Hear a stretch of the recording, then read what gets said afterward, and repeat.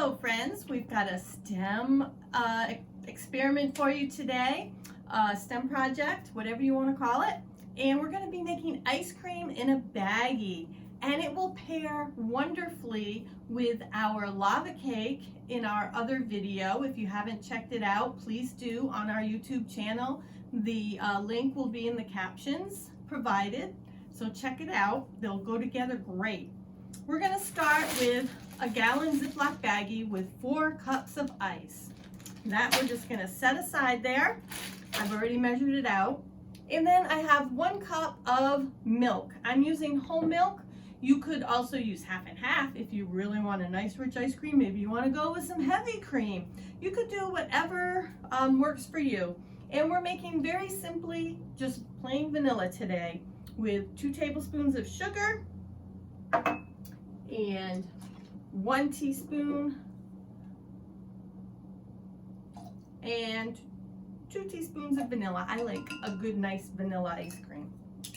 And let's see, then we're going to just mix it up with our whisk.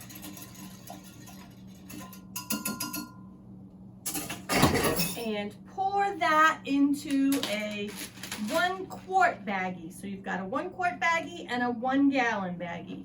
Pour your ice cream mix in.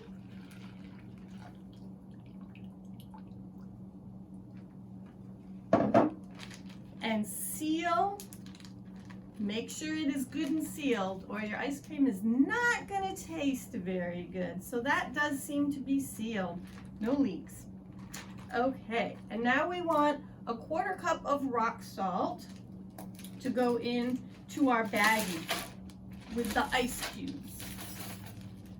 And then we're just going to put the ice cream mixture inside here. And just maybe move some of the ice around a little if you need to get it in there. And then seal your gallon baggie. Now comes the hard part, waiting to eat your ice cream. You have to shake this bag for 10 minutes, and I keep saying 10 minutes. Shake, shake, shake, before your ice cream will be ready for eating, will be nice and solidified. Okay, so we're going to pause this video while I shake for 10 minutes. So we've been shaking our ice cream for 10 minutes, and let's see how it looks. It should be kind of firm and not so milky anymore. And oh, that looks exactly right. Look at that. Yum, yum. Wouldn't that go lovely with the lava cake?